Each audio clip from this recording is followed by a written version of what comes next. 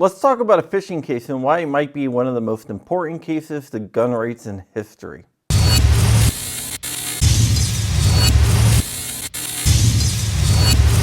What's up, Wolverines? Welcome back to my little piece of paradise known as John Crump News, where we discuss everything 2A related.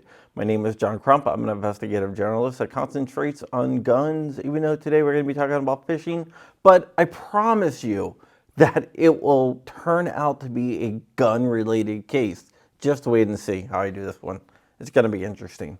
Please like, comment, and subscribe. That really helps the channel grow, and I'm really trying to grow my channel so I can spread the gospel of Bruin to everyone out there. And that's exactly what Matt Hoover, CRS Firearms, is doing in jail. So you can go ahead and support him and Justin Irvin down below at autokeycard2.com.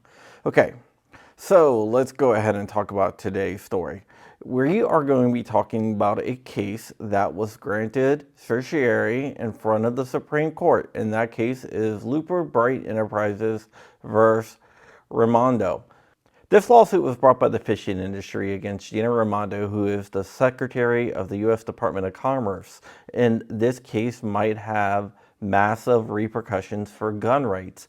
This is why they being the plaintiffs, want the government to reconsider the Chevron decision. Now that is massive. This goes a lot farther than West Virginia versus the EPA.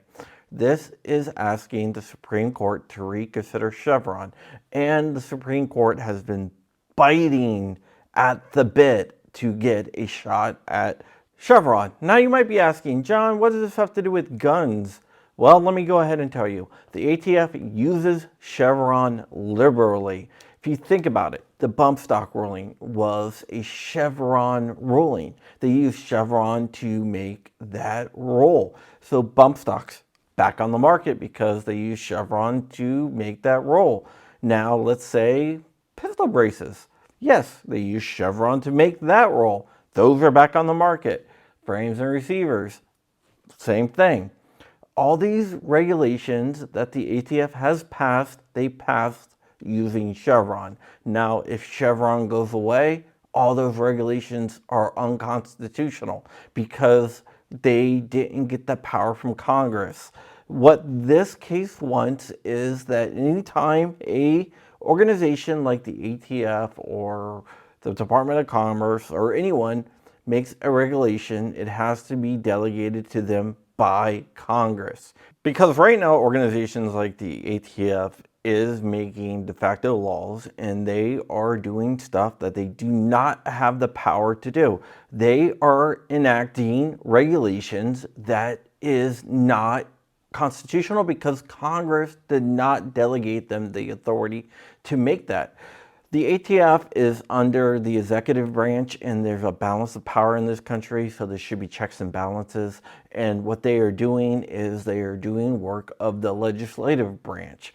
So if the Supreme Court decides on the way I want them to, that will be huge because that will cut out all that BS right away, which is freaking fantastic. Not only will it affect regulations that the ATF has already passed, it will affect regulations going forward, which is awesome. And I think this will go our way. If you look at the rulings of Amy Coney Barrett, she's not exactly a big fan of Chevron. In fact, I think she probably hates it more than anyone else on the court. Thomas, the same exact thing. So we have a good shot of getting this passed. I've been watching this case for a while, and I am just ecstatic because I think this might be a huge case for our side, even though it doesn't have to deal with guns. And that brings me to a point I wanted to make.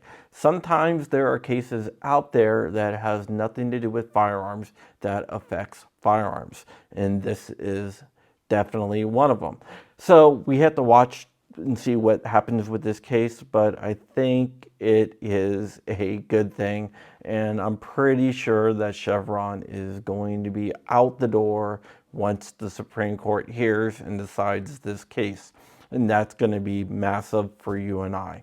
Not that the ATF won't fight back in certain ways or try to say that certain things or delegate it to them. I don't know. But it's going to make it harder for them to defend their stances, which is really good. And it will affect more than that. It will affect the Justice Department. It will have rippling effects across the government in a good way, especially if you are for checks and balances. This is a good thing. All right, guys, stay ever vigilant, stay ever free. I have tons of ways you can support my work down below. Just go ahead and check out the support links down below. I have a locals, Patreon. I have numerous ways, channel memberships. So go ahead and support my work. All right, guys. I love you very much. Stay ever vigilant, stay ever free, keep in the fight. I am out of here. Wolverine's mother...